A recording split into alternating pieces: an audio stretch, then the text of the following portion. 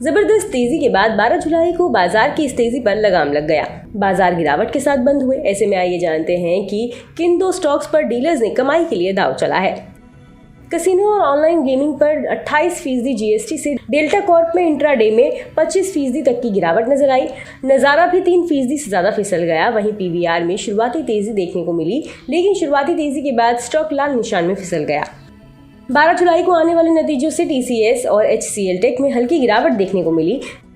वहीं 12 जुलाई से खुले उत्कर्ष स्मॉल फाइनेंस बैंक को अच्छा रिस्पॉन्स मिला।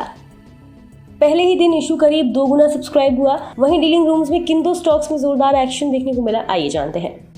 एनएमडीसी 12 जुलाई को एनएमडीसी के शेयर में डीलिंग रूम्स में जमकर खरीदारी हुई। डीलर्स ने इस शेयर में अपने क्लाइंट्स को बीटीएसटी यानी आज खरीदने और कल बेचने की सलाह दी। तो अगर आज आपने इस शेयर को खरीद लिया है तो कल इसे बेच के अपना मुनाफा कमा सकते हैं।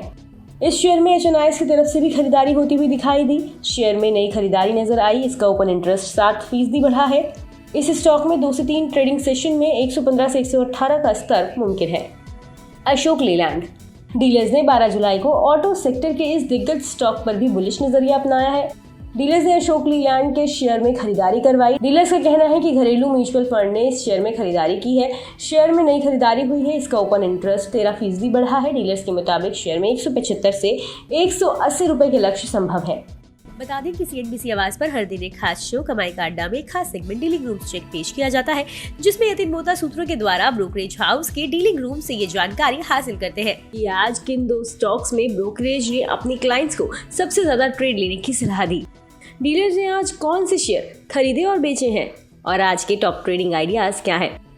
इसके साथ ही किस वजह से डीलिंग रूम में इन स्टॉक्स पर दाव लगा है या किस स्टॉक में आने वाले दिनों में कितने रुपए तक और तेजी नजर आ सकती है। बता दें कि यहाँ मुहैया जानकारी सिर्फ सूचना हेतु दी जा रही है। मार्केट में निवेश बाजार जोखिमों के अधीन है। निवेशक के तौर पर पैसा लगाने से पहले हमेशा एक्सपर्ट से सलाह लें। मनी कंट्रोल की तरफ से किसी को भी पैसा लगाने की यहाँ कभी भी सलाह नहीं दी जाती है।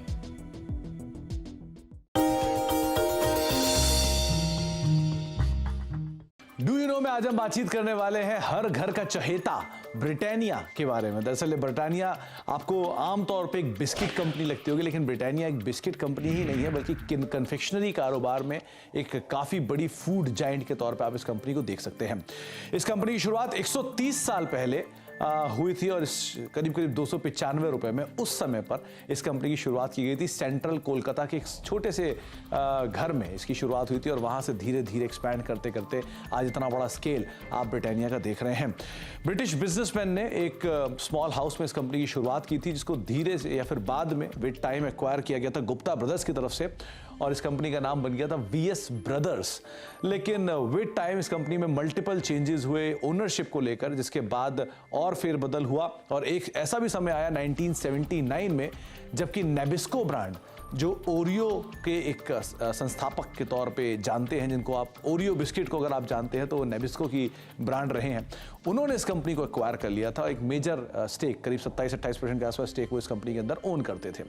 लेकिन जो एग्जिस्टिंग प्रमोटर है वाडिया ग्रुप ने, उन्होंने करीब 1990 में इस कंपनी को एक्वायर किया। तो आप अंदाजा लगा लिए करीब 3 दशक से ज्यादा का हिस्सा जो है वो एग्जिस्टिंग प्रमोटर्स के पास इस कंपनी का है। इसके अलावा एक और इंटरेस्टिंग फैक्ट ये भी है कि वर्ल्ड वॉर 2 जब हुआ था तो इस कंपनी को एक ऑफिशियल पार्टनर के तौर पर चुना गया था। जो ये कंपनी जो सैनिक थे उनको फूड बिस्किट्स प्रोवाइड कराती थी, जो कि उनके आगे के लिए कामकाज करते थे। तो एक बड़ा इंटरेस्टिंग फैक्ट ये भी है कि आर्मी को भी ये कंपनी सप्लाई करती थी वर्ल्ड वॉर 2 के अंदर।